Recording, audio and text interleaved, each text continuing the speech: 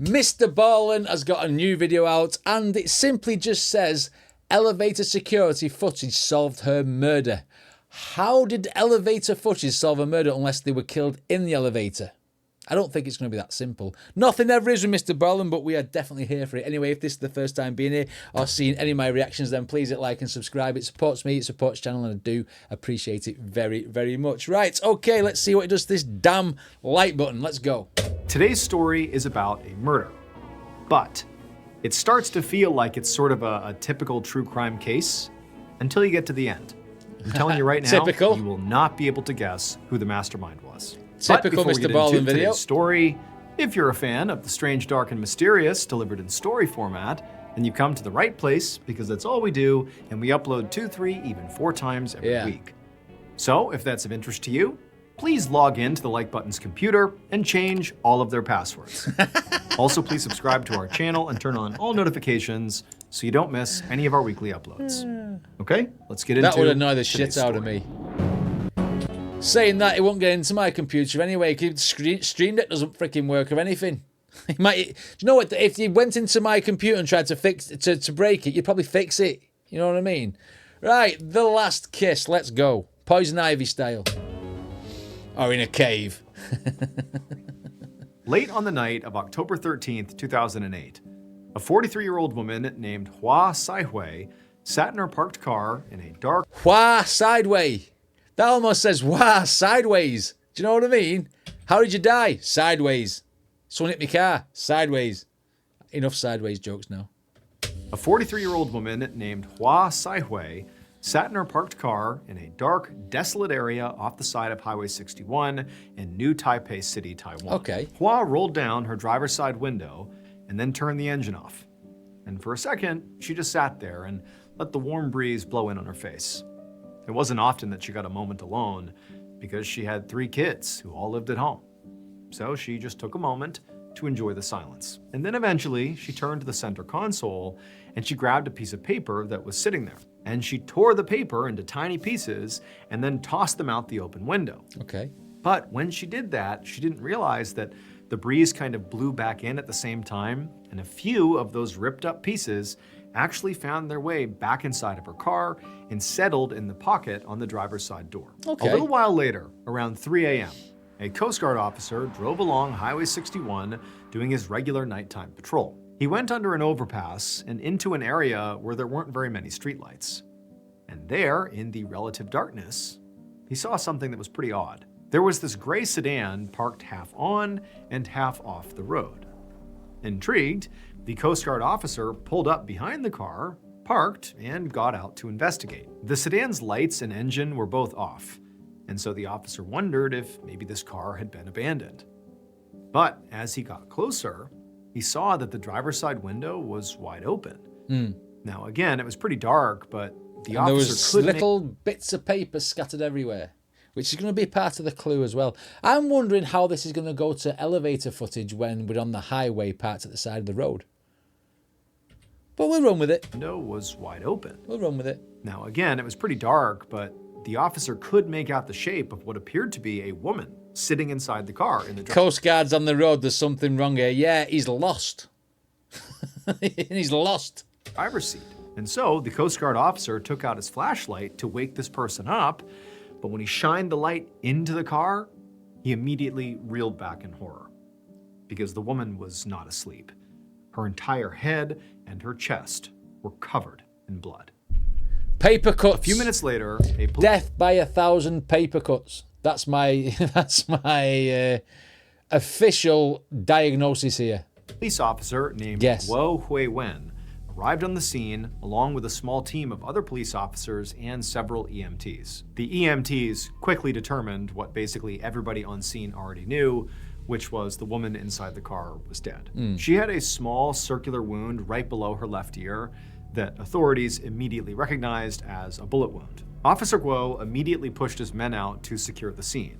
And then once the cordon was in place, they began investigating. The first thing Guo did was just to look more closely at the woman's body. He saw there was a bullet casing on the ground nearby and also what appeared to be some bullet fragments in the car, like little bits of shiny metal, like copper. But there was no gun. And so at this point, Okay. Officer Guo and his team realized they were very likely dealing with a murder. But as he stood there sort of taking it all in and looking at the car and the body, he started to realize that the whole scene just seemed off. First, there were no skid marks behind the car's tires, so it appeared like the woman must have pulled over in a controlled way. Yeah. Not like she'd been, forced off the road by another car. Second, her window was all the way down. The driver's side window was completely down, which meant either she'd been driving with the window down to begin with, or after she had pulled over, or while pulling over, she had rolled it down. And then thirdly, there was no evidence of a struggle, or really any sign that this woman had been panicked in any way before she was ultimately shot. Okay. I mean, she hadn't even dropped her phone or taken off her seatbelt. And so overall, it just sort of seemed like this woman had been remarkably calm in her final moments. Like she had no idea she was about to be killed. Unless she'd been shot earlier and it's not quite done the damage straight away. Do you know what I mean? And then it's like been like a slow bleed or something. Like someone when you get shot in like the right place where it doesn't kill you straight away. I bet it's something like that. And this made Officer Guo think that whoever shot her was very likely somebody she knew and trusted. And so Guo knew he needed to identify this woman and then determine who was close to her. So he took down the license plate number of the car and he was about to go run it through a system to see who the car belonged to, but suddenly another officer came running over and they told him they'd found something really weird inside the car. They weren't sure if what they found was related to the crime, Oh, okay. but in the pocket on the driver's side of the door, they'd found 4 small scraps of paper. And each scrap had what looked like numbers or word fragments handwritten Okay. on them. They said 65, Dao Leo, Z, and Da. Now, none of these fragments appeared to have any meaning on their own. They likely, needed to be a part of a bigger piece of paper to make sense. In Yeah. fact, honestly, the words were just pieces of words rather than actual full words themselves. And also, when they began sort of arranging the 4 pieces to see if they could, find meaning in these words and this number, they couldn't do it. It just was all sort of nonsense. And so Officer Guo, Okay. he figured these scraps were likely just garbage, but as a precaution, he had his officers bag them up as evidence just in case. I wonder what these scraps of paper really said, though. I wonder what it was. Because there's elevator footage, that makes me think that she was shot earlier. But it's not been a blow that's killed her, sort of thing. That's only from the title of the video. A few hours later, Officer Guo, along with a member of his team, walked into this huge apartment complex in New Taipei City that was about 40 miles away from where they had found the woman inside of the gray sedan earlier that morning. Right. They went to a specific apartment and they knocked on the door. And after a moment, a middle-aged man opened the door up and he looked very surprised to see police standing at his door. Officer Guo asked this man if his name was Xu Bicheng, and the man nodded and said yes. By this point, Officer Guo and his partner had identified the murder victim. She was 43-year-old Hua Saihui. And when they'd started looking into Hua's relationships, they'd learned that she lived in this apartment with her 3 kids and the man who had opened the door, Okay. Xu Bicheng. He was her ex-husband. Even though the couple had actually gotten divorced 5 years earlier, they had ultimately decided to continue living together and co-parenting. As Okay. Hua's ex-husband, Do you know what? That's sensible, there, isn't it? Do you know what I mean? Some people, they split up and they can't stand the sight of each other. But at least, they're bringing the kid up together. You got to give them some credit, continue man. living together and co-parenting. As Hua's ex-husband, Xu was an obvious person of interest in this murder. But at this point, Officer Guo wasn't sure how much Xu even knew. So he had to be careful how he approached the conversation. Right. Officer Guo started by introducing himself and his partner, and then asked Xu if he had spoken to his ex-wife recently. And Xu shook his head and said he actually hadn't spoken to her since the previous night. But he did say that their last conversation had definitely been kind of weird. He said that the previous night, around 8:45 p.m., Hua had left to go to this meeting with a pawn shop owner on the opposite side of the city. He said that she owed this pawn shop owner a lot of money. Oh, there we go. And they were supposed to be discussing a repayment plan. But around 9:30 p.m., while she was on her way to this meeting, Xiu said that Hua had actually called him to say she was out on Highway 61 and another car was now following her. Xiu had told her that very likely this was just somebody driving a similar route as her, like this was not a cause for concern. And so ultimately, Hua had sort of agreed and said okay and hung up. And according to Xiu, he tried calling Hua back a bit later, but she hadn't picked up. Xiu said he actually called Hua an additional 10 more times after this, but she never answered, and so Xiu said he really didn't know what became of his ex-wife. He didn't know how the meeting went, he didn't know where she was. Now, after hearing this, Officer Gua's first reaction was sort of to be like, that's absurd. You know, if Xiu knew that Hua was potentially being followed, at night no less, while she's out by herself, going to this relatively high-stakes meeting with this pawn shop owner, and then she suddenly stops answering her phone. Yeah, you'd be phoning police. Why wouldn't Xiu have eventually called the police? Exactly. Or at least tried to go look for her. Instead, he'd what? Just called Hua a bunch of times, and then when she didn't answer, he just shrugged the whole thing off. You know, the mother of his kids, he just sort of said, oh, no big deal. It just felt like a really bizarre way for somebody to react to this situation. Definitely. So, Officer Gua watched Xiu very carefully as he told him, you know, what happened. He said he was very sorry, but early that morning, they'd found his ex-wife murdered inside of her car on the side of the highway. Mess, man. When Xiu heard this, his eyes went wide and he began to tremble. And, you know, from Gua's perspective, it looked like sort of a shocked response, a genuine shocked response that he can't believe what he's being told. Right. But he also really couldn't read the guy. He couldn't tell if this was genuine or if he was just performing. Either way, Gua knew what he needed to do next was follow up on Xiu's story and see if maybe he could poke some holes in it. Following this interview, Gua and his team asked the manager of the apartment complex for any available surveillance footage so they could see if Hua really did leave the apartment when Xiu said she did. And the manager was able to recover some footage from inside the apartment complex elevator.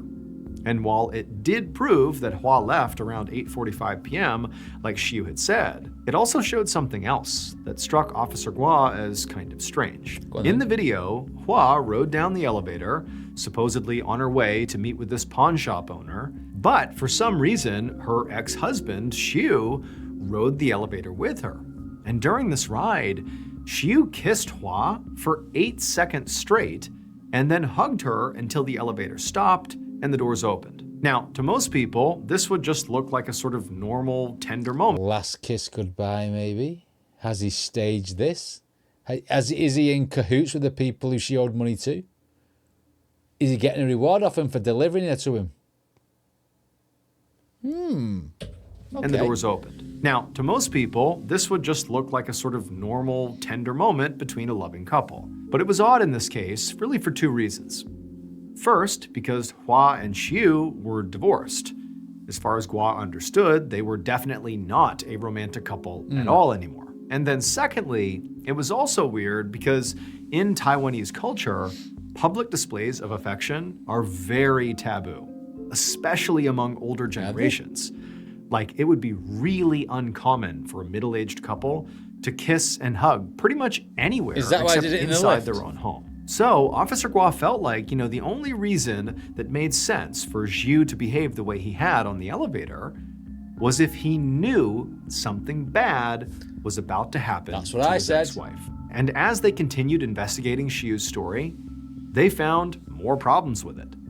They learned that the pawn shop owner did exist, and Hua did owe him a lot of money, but when they actually spoke to him, he said he had not been planning to meet with Hua on the night of her death. He didn't know what she was talking about. Police also got access to surveillance footage from Highway 61, where Hua's body had been found. Now, the cameras didn't cover the part of the road where the murder actually took place, but police were able to get footage of Hua driving along the highway at 9:30 p.m., the time Xiu said she had told him she was being followed. But on this video, there was clearly no other car following Hua. Now, it was technically possible that Hua had lied to her ex-husband Xiu for some reason. Right. But to Officer Gua, it seemed much more likely that Xiu was now lying to him and making up, you know, the story about the car following his ex-wife. After learning all of this, Officer Gua and his team went back and looked at all the surveillance footage from the apartment complex, and they also got access to Xiu's cell phone GPS records to see if they could track his movements on the night of the murder. But what they found really only complicated things, because according to the footage and Xiu's cell phone pings, he was inside of his apartment all night. There was no way he was the one who shot Hua. But to Officer Gua, this didn't mean Xiu was innocent. He wondered if maybe Xiu had hired someone to commit the murder on his behalf. He didn't know, but he just felt like Xiu had to be involved. But that theory still left a lot of unanswered questions. Like, why would Xiu have wanted Hua dead in the first place? And why would Hua have calmly pulled over and opened her car window for a hitman potentially? And so Officer Gua thought about it for a little bit, and then he had an idea. Maybe the person Xiu hired wasn't a stranger. Maybe the hitman was somebody Hua knew and trusted. Several months later, Officer Gua and one of his teammates were sitting inside of an office in a high-rise building in New Taipei City. They were in front of this huge desk, and behind this desk was the man who worked in this office. And he was Hua's brother. So Officer Gua and his team were still working off the idea that whoever killed Hua likely knew her personally. So they'd spent the last few months methodically tracking down and interviewing everyone in her cell phone contacts list. Now, so far, they had not found any new suspects. But they had learned some pretty interesting stuff. Apparently, Hua had not just been in debt to that pawn shop owner. She also owed money to multiple banks, to friends, to family members. Shit. She even owed money to some very shady black market lenders. So she's a walking debt, isn't she? So it could be one of 20 people who's killed her. Mind you, if it's just for debtors and stuff like that, they don't kill you, they just repossess everything, don't they? Unless one of them's the cartel or something. Together, she had the equivalent of nearly $500,000 in debt. And knowing all of this actually made Hua and her ex-husband Xiu's relationship make more sense. Several people had told Gua that the reason Hua and Xiu had gotten divorced was not because they wanted to. It was because Hua's credit was terrible because of all this debt, and Xiu wanted to keep his finances separate from hers. Right. And so by all accounts, the couple, despite being divorced, were still very much in love, and they were both devoted to each other and to their kids. And so this new information had kind of left Officer Gua and his team floundering, because Xiu had initially seemed so suspicious, but Gua still didn't have any hard evidence against him. Yeah, because if they were still like in love and still like, you know, the fact they got divorced means nothing because it's all about the money and him keeping his credit rating while hers is in the toilet, then there's no motive as such really, is there, to for him to kill her? Because the divorce wasn't a bad divorce, it was agreed upon. Wow, okay, where's this going? And now, he didn't even seem to have a motive for him. So now, as Gua sat inside of this office across from Hua's brother, he just hoped that some new piece of information would come to light. Gua and his partner asked the brother to please tell them everything he knew about Hua, her marriage, and anything else he thought might be relevant. The brother nodded and started talking.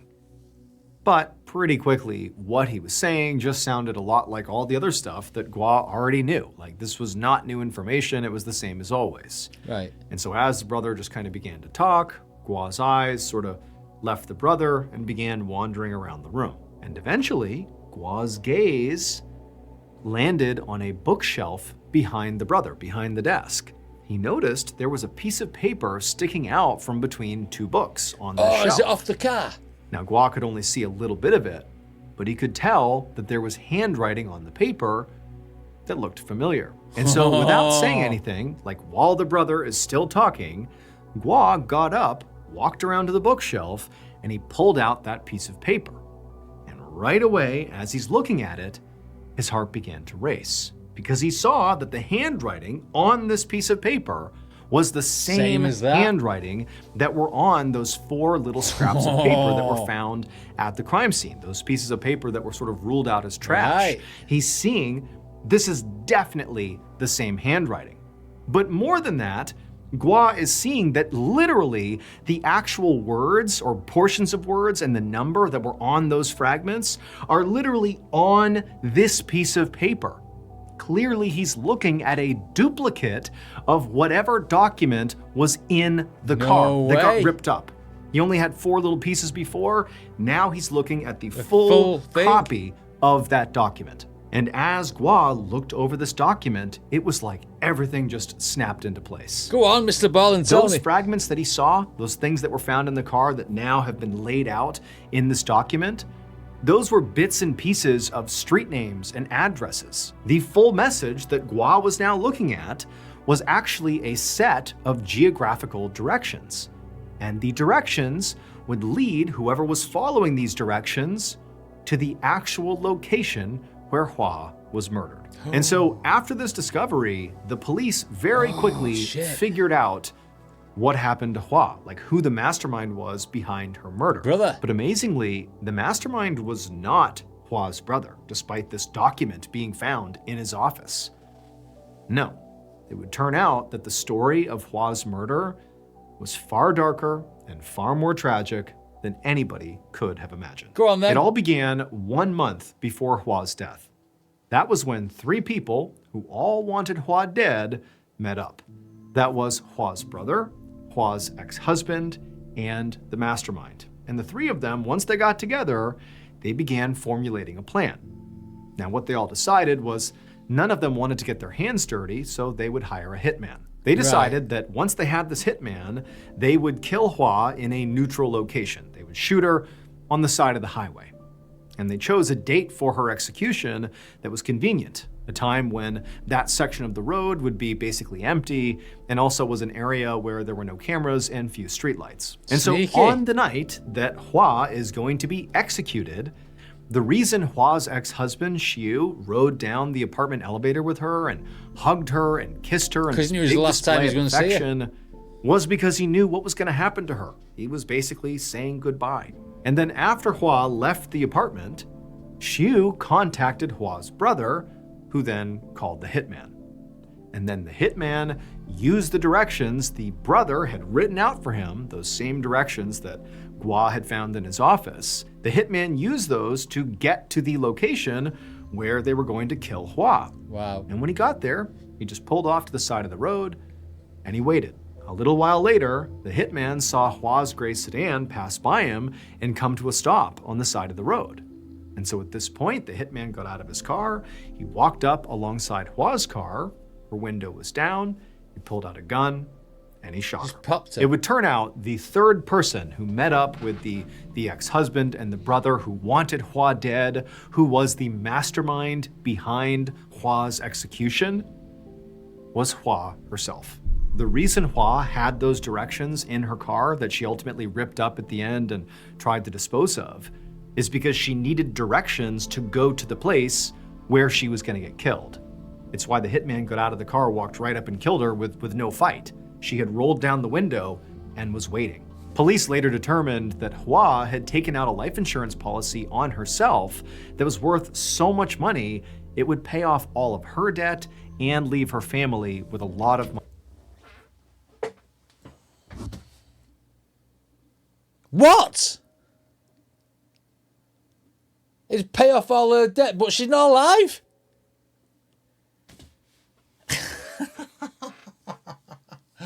Oh my God, some people are messed up, man. So much money, it would pay off all of her debt and leave her family with a lot of money left over. She'd planned her own murder as a sort of self-sacrifice in the hopes of giving her family a better life. But they won't get the She'd payout ultimately now. convinced her ex-husband and brother to help in exchange for a cut of the money. But her plan didn't really work out.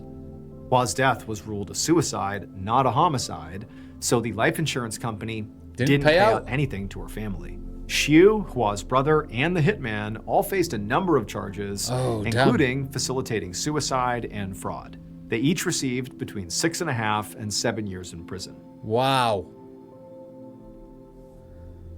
That's a messed up story, and that is one hell of a twist. To say that she's the one who orchestrated her own murder just for the life insurance policy that she didn't even get paid out on was a waste of frigging time. How daft are some people?